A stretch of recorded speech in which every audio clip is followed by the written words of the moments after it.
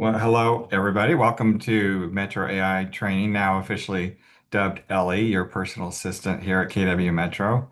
Want to welcome everybody to today's training. It's June 2nd, and today we're going to cover workflows, something new. If you've logged into Brokerbot recently, you may have seen some changes on there. So I see we have some people online. Welcome, Corinne and Nikki and Yvette and Aaron and Alicia and Jen.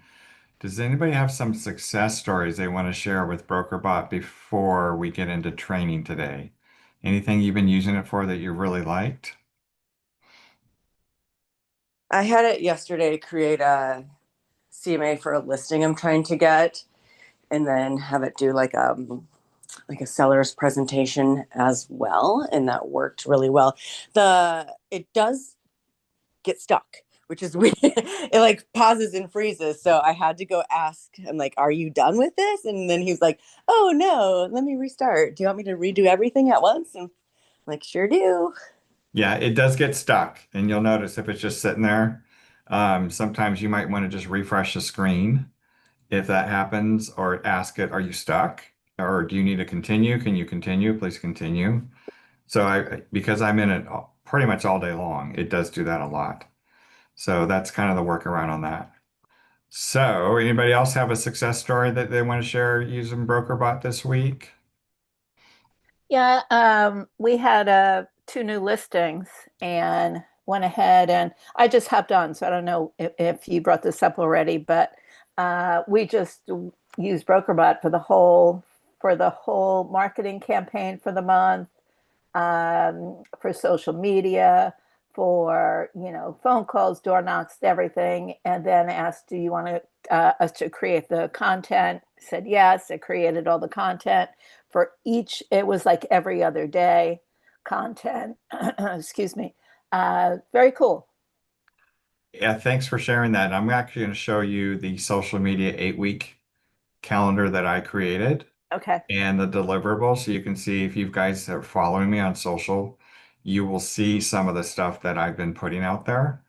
And my hope is that people will start using that. And since after last week, BrokerBot has done some new integrations into it. And one other thing is workflows, and that's what we're going to get into. And I'll kind of explain what that is. Without further ado, I'm going to go ahead and share my screen and get into, well, what is a workflow? So a workflow, I want you to think of what it used to be was the prompts. The prompt is you tell the AI bot what you want, who you are, what the outcome is. And if you use a lot of AI like I do, you would probably start to hear the word workflows come up. Well, what's the workflow? Well, the workflow is think of a repetitive task. So it's a reusable set of instruction that tells the AI exactly what to do step by step when a specific keyword or trigger is typed. Think of it like a custom playbook you build once and then activate with a single word or phrase. So in the past few weeks, I've shared some workflows that I've put together, and I've created the keywords for you. And all you needed to do back in the day was type in those keywords like Metro AI CMA, SellerNet, BuyerNet, social media 8-week, and then it would run through it. I define the steps in there and what the AI should ask. And then once I define the steps, once you plugged in that keyword, then the AI would ask you for information to extract and create and get the output that you're looking for. That's the old school. So let me give you a workflow analogy. Think of a workflow like a recipe. The keyword is like turning on the stove. It activates a pre-built sequence of actions. Instead of giving instructions every time, you just say the magic word and the AI knows exactly what to cook. So why do they matter? Well, think of repetitive tasks that you do day in, day out, eat week in, week out. One of them being is creating a CMA. And if you're as old as I am on this Mhm. call, and you've been in the real estate market as long as I have, you know that a CMA used to take hours in some cases to do. And with the advent of AI out there now, you can create it really quick. You don't, and so in a workflow, you don't need to recreate or re-explain the task you want it to do. It's already built in. And you'll ensure consistency. Every agent gets the same high quality output. And it's an automate multi-step process like drafting emails, building CMAs, extracting contract dates, generating social media content. And even if you're tech shy, you can do this. So that's a great thing about the workflow. And when we were bringing in Brokerbot, now Ellie, just start calling her Ellie. She's your personal assistant. What we were finding is that people were interested in it and using it to some degree, but they weren't as excited as I was because I've been using AI applications for a long time. And so I'm pretty skilled in it. Matter of fact, I'm doing Claude code right now. But I get if you have never used it, you might be a little apprehensive and you might just want to take some time. But just remember, ensure a workflow will turn Ellie from a chatbot to a personal assistant that knows your business.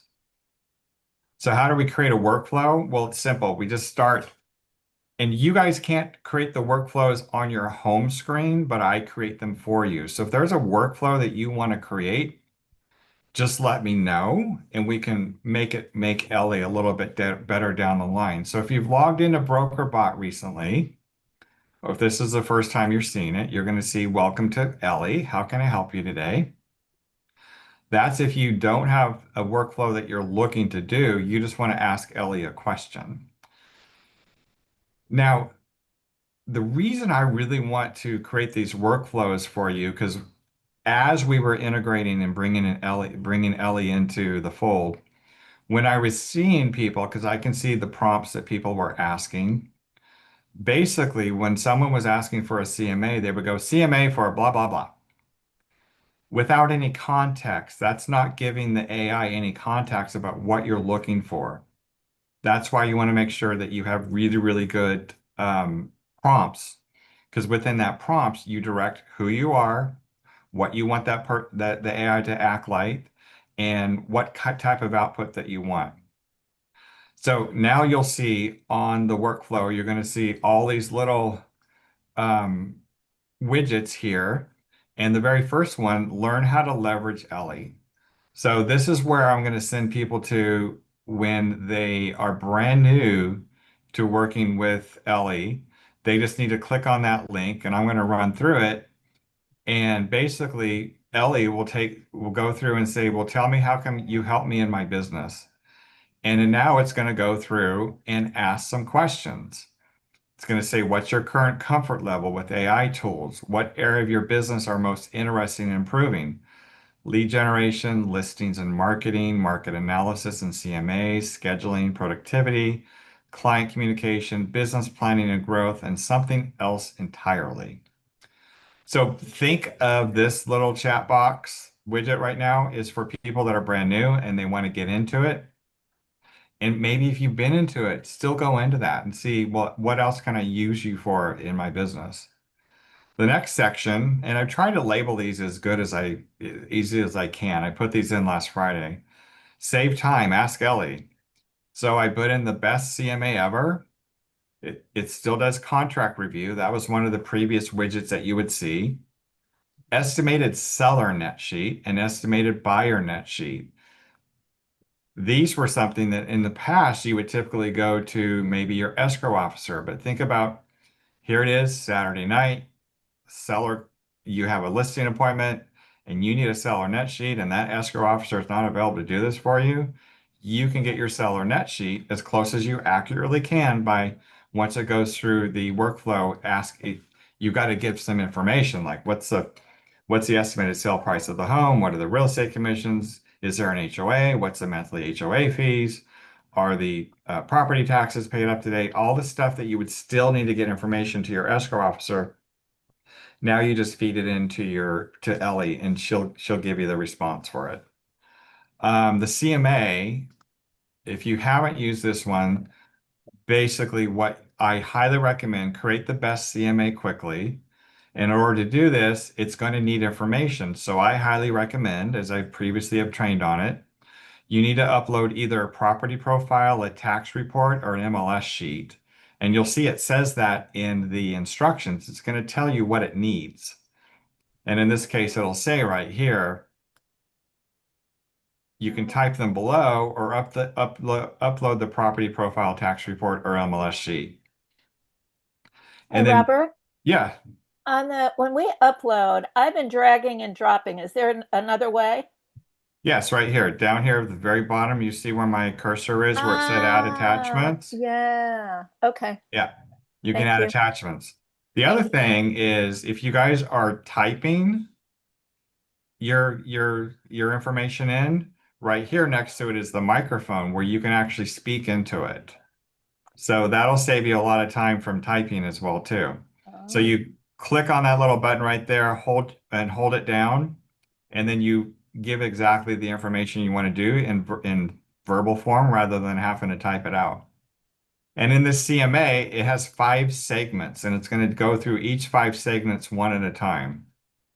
First segment is the obviously the property profile, any quirks on the property, unpermitted additions. You can see here solar, ADU, deferred maintenance, unique history. As much information, what's the seller's goal? Well, every seller wants to get top dollar, or they need to net a specific amount, or they want a quick close or estate sale. These are things that you should do on a CMA because it's going to affect what the outcome is for your pricing.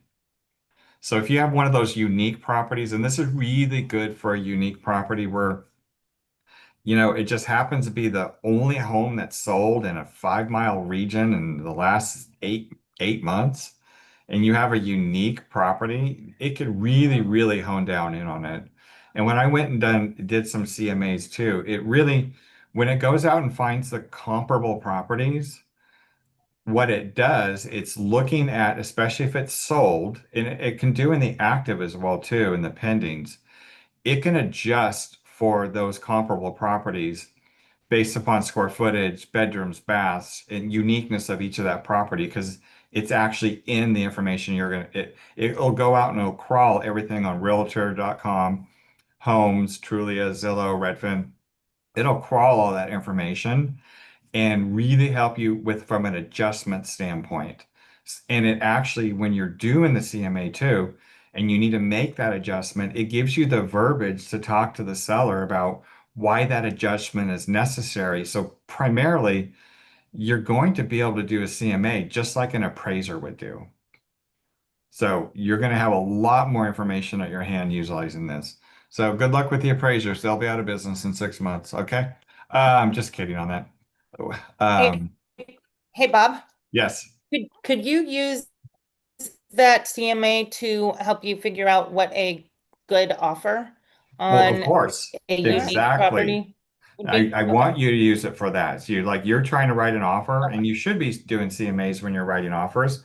Great, Mhm. great bringing that up, Stephanie. But yeah, you could actually do this. And when it comes to offer a price It's like on a a property for a buyer, that buyer really wants your help. Like, where do you think we should come in at?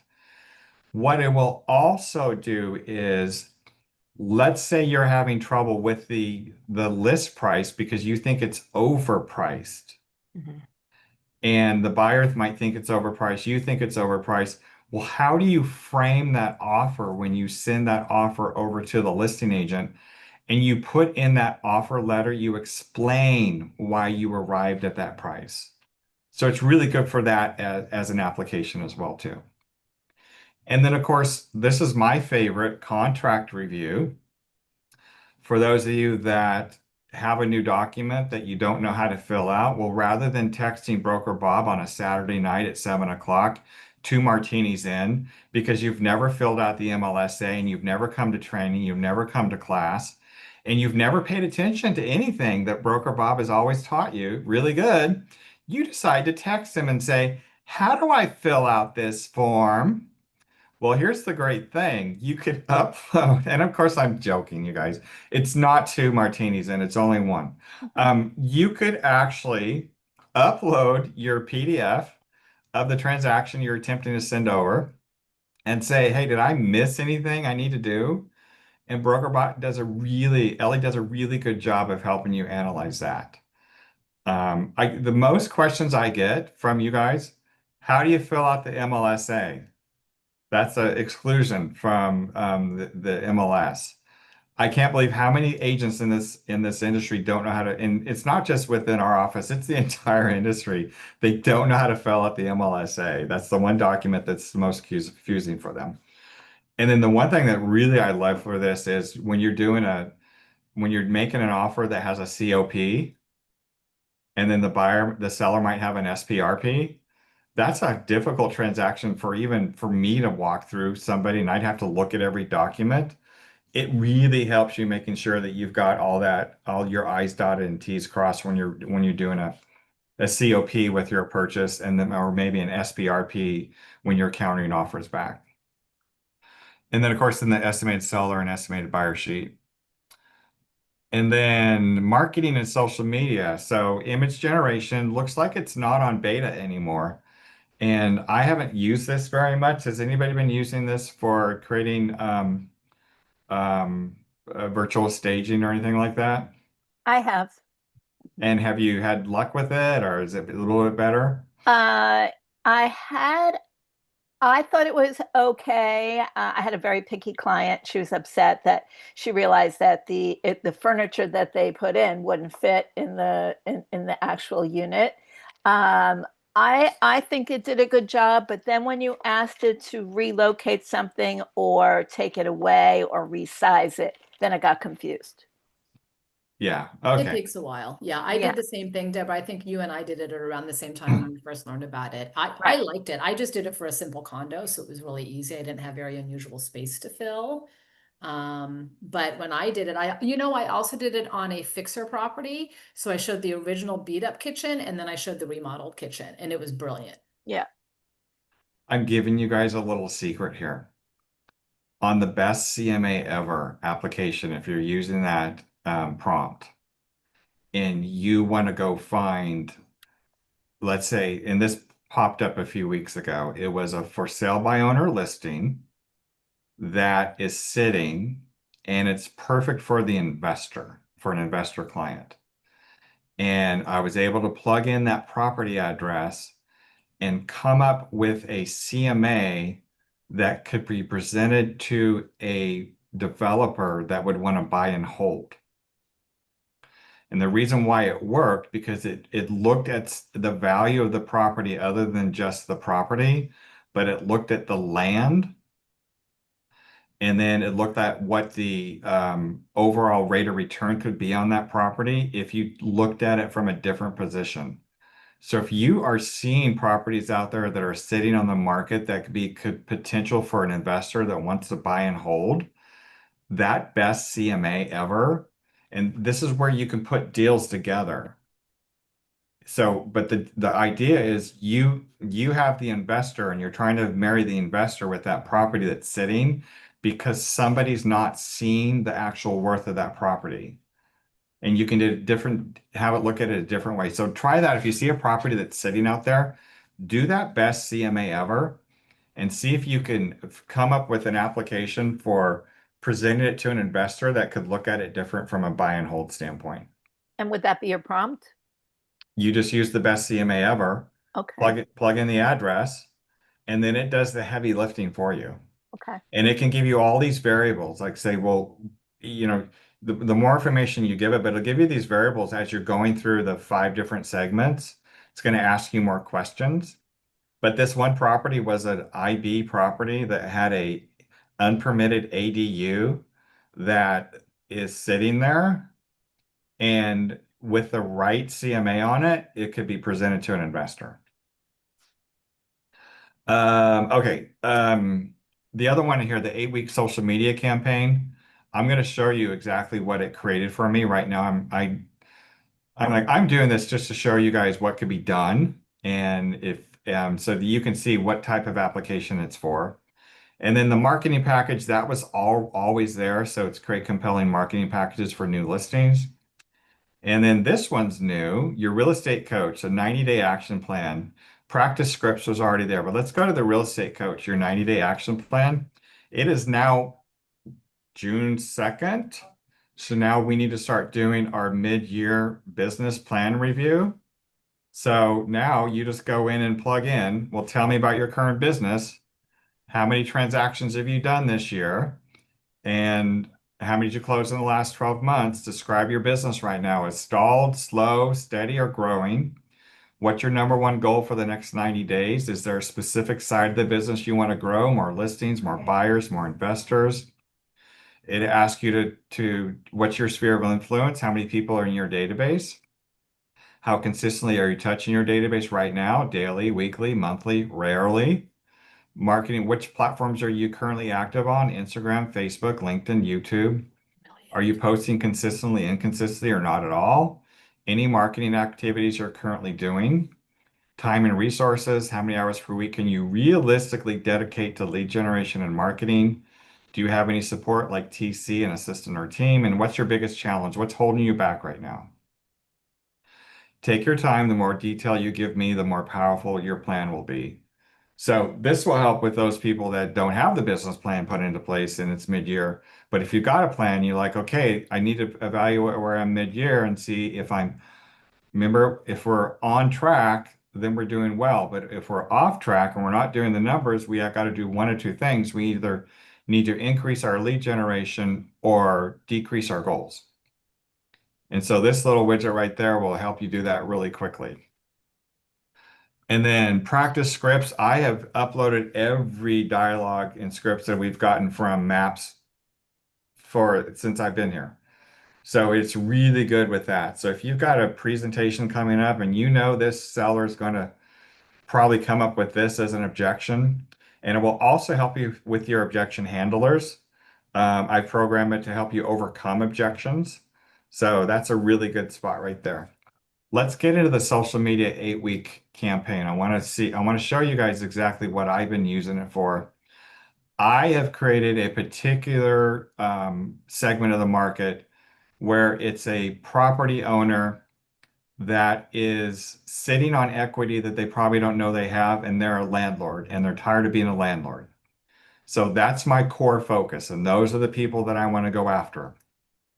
And so that's the social media 8-week campaign that I put together. Your application could be something different. You might be looking at a geographic farm.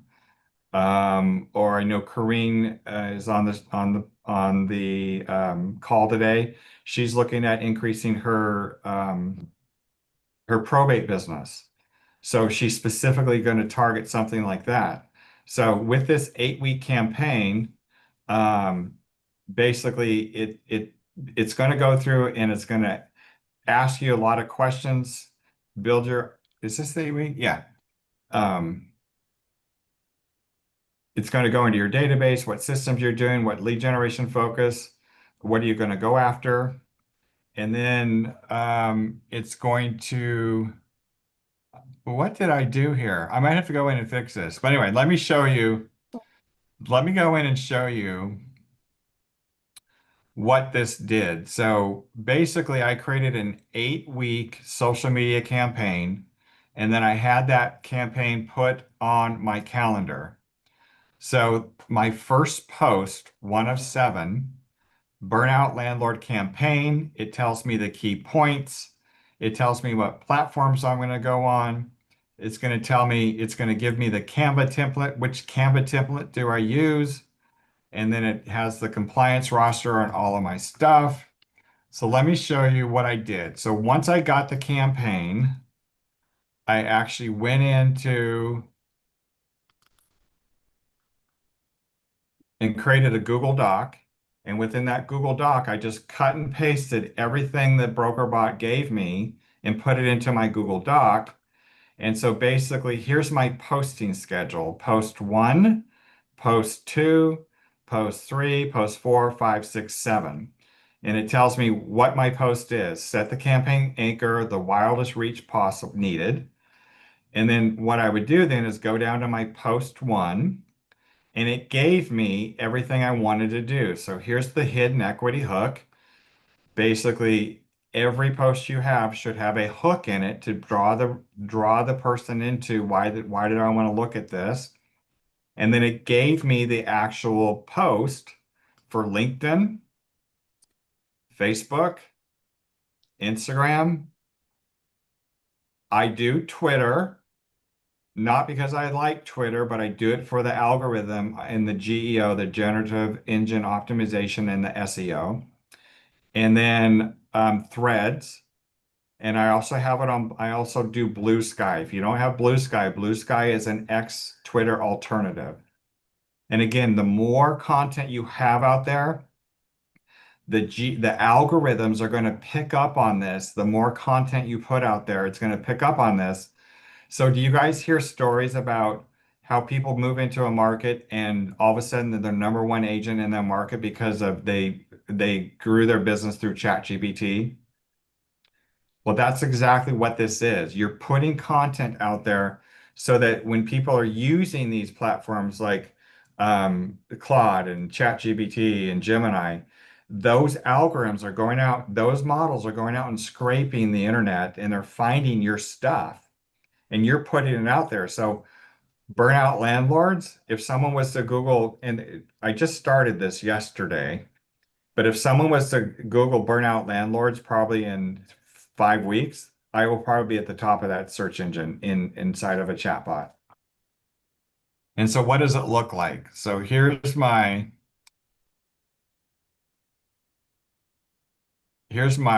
post that went into LinkedIn so you can see.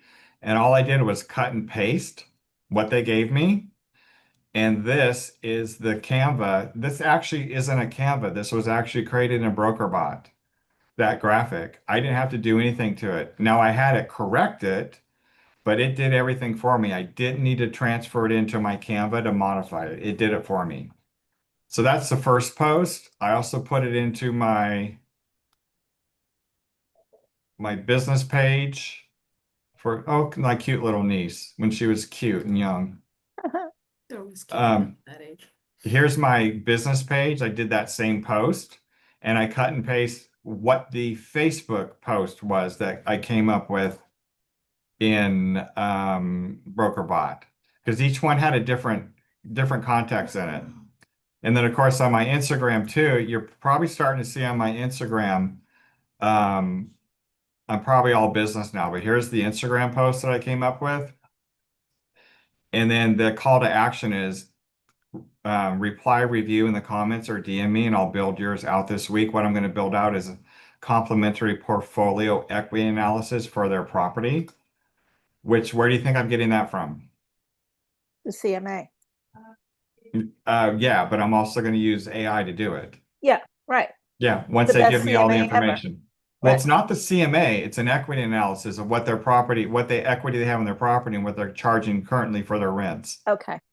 And then if you're also noticing, I'm doing my Substack, and that's a whole nother class I'm going to be doing is for those that went to family reunion, you heard Gary Vee said agents need to be creating content, and one of them was a Substack. So now I've been doing my Substack about a month and I've got the rhythm down and I'll be teaching a class for you guys on how to create a Substack. It takes me hardly any time now that it's all set up to go out and create this content and I'm using Claude as my main writing. I come up with the content, I write it out and I tell it what I want it to do. And then it helps me draft it, write it. Robert, the Substack, that's like a blog, right? So it's for Think of those who don't want to like have their face and stuff. It's just more of a writing tool, correct?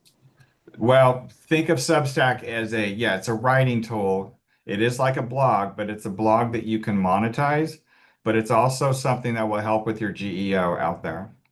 Got it. So, Okay. so if you've got like, if you want to be known as and I sat down with Karine this week, if you want to be known as a probate specialist, create content that frames her around the probate specialist that will help go out and fill that content out into the algorithm so the algorithms pick up on it and then feed it back into it. So that's kind of it in a nutshell. I went through a lot today. Do I have any questions from anybody on how?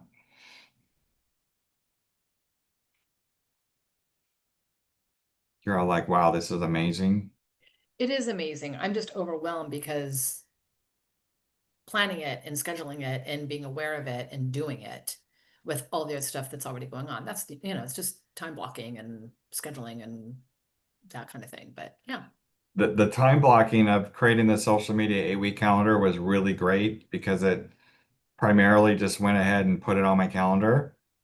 And then all I had to do was create a Google Doc, and then I cut and paste everything that it told me to post. And then all I have to do is now when on my calendar, I go in and post it. And it automates, because here's the challenge with what I get.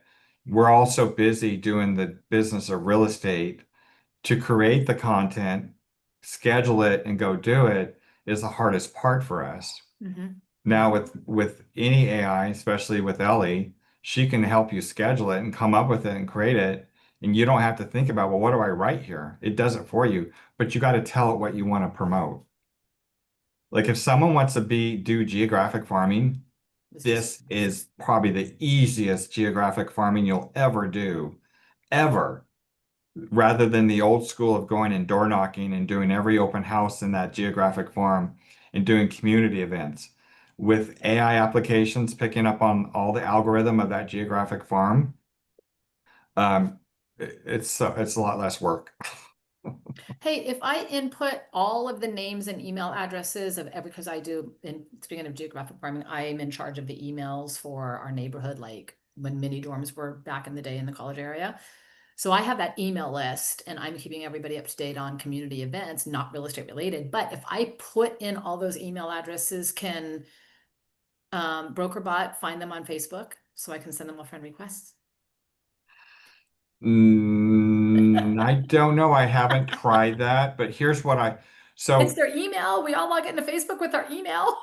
so I can show you what I did. So we do the DRE list of new licensees and examinees. Mhm. And I've created a workflow inside Claude where we download the list and then I separate out just San Diego. Okay. And then I get a CSV file and then I ask it to go out inside Claude to find any open Facebook for that individual. You could do it that way.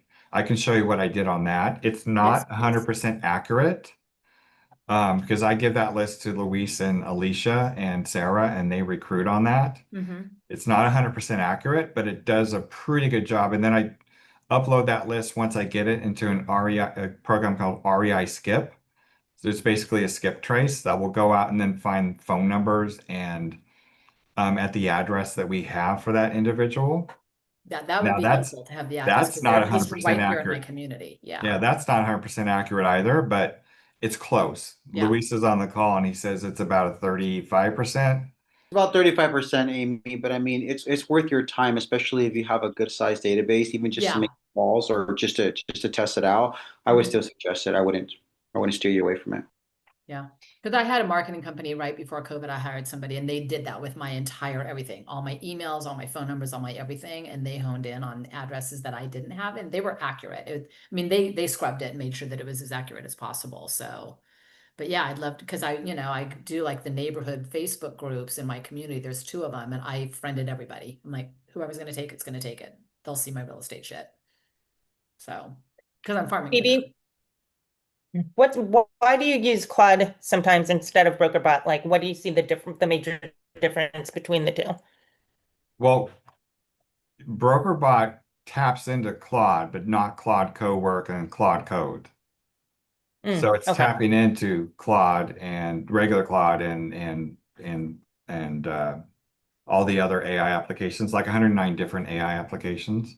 But Mhm. there's more features inside Claude that I can build out than I can inside Brokerbot. And so I create workflows inside Claude, and I'm doing the advanced version in Claude too. And it actually does my Substack articles. I don't even have to, I mean, I write that basic outline of the Substack article, what I want it to say, what I need it to say, and then it helps me draft it, and then I'll go through and make edits within that draft as well too. And it's really good with that because yeah, I could do it inside Brokerbot. I just haven't because I was inside Claude and I've set up folders in there. I wanted to keep it in there. The biggest challenge with Brokerbot too is you can't set up folders like you can inside Claude or ChatGPT Okay. because I put everything into a folder for what specific project I'm working on. Stephanie, I've done that too, where I've created something inside Brokerbot and then I've like copy and paste and put it in Manus or something because it's just so much more aesthetically pleasing. You know, Brokerbot is very PDF-y Yeah, yeah, yeah, rather than yeah, like a presentation. yeah. And Okay. they're getting better. Like I sat in with a call with them last week, and this whole workflow is all brand new.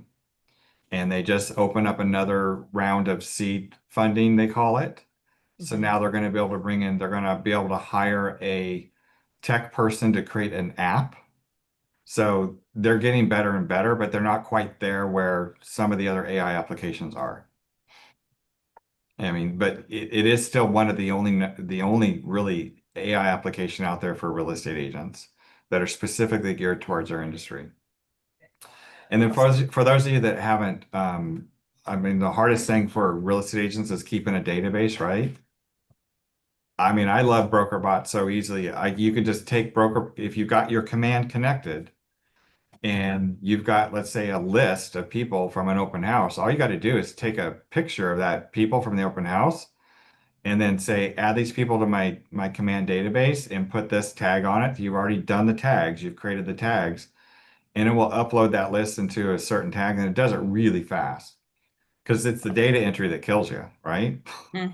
So you can do that with business cards as well? I've done business cards. Yep. Yep. You got business cards? Go ahead and So just, can it do tags and a task? yes. Can you text it, like, you know how on our phones we can text BrokerBot things? Can we do it in the text message, or does it have to be? I think No, you it's got can to be in the do, text yeah, you message. can upload the Yeah. business card via text message Okay. and just Cool. make sure you've got your tag set up in advance. So if you want to make sure it's a tag that's for a certain property, that's where you met them.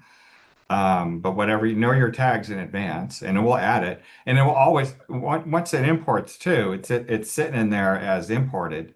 And you go through one by one and add more stuff if you want to with them. But it helps you assemble that data because it's the data entry that takes forever. Yeah, Now I just screenshot and upload it. that's awesome. When we have a new hire here at our office, I put them into my personal database and then I put them on a drip so they can start seeing the great stuff, the deliverables they get. Now I don't have to do the manual entry. It's already in our command MC, which is the leadership side. I just take a screenshot and then import it into my database that way. Makes it so, and that saves me like 10 minutes and doing it in 10 seconds instead of 10 minutes. Yeah, go find some old business cards from people not in your database. I even did it off of a email that I got from somebody. So I just went and highlighted and took a screenshot and then put it into Brokerbot and it went into my database. So you know that old adage about real estate agents not keeping a database, and the number one question if they're asked, what do you wish you had done early in your real estate career is, well, I wish I would have kept better track of a database. Now you have no excuse. This has made it so easy now to do it. So you got old lists, you got old yellow stickies, go take a screenshot and import it. So with the list, because I've got a bunch of business cards from Family Reunion that I haven't imported into Command yet. So can I just take like a sheet of paper of like 12 business cards and say, put all of Yeah. these in individually? Yeah. It'll add their company name, their phone numbers, their mailing addresses, everything. It's slick. All right. Anybody else have any more questions? Brilliant. More things to add to Thank the you. tool. Thank All right. you, BB. Stay Another tuned. We'll great see class. what's added next week. Have a good day, everybody.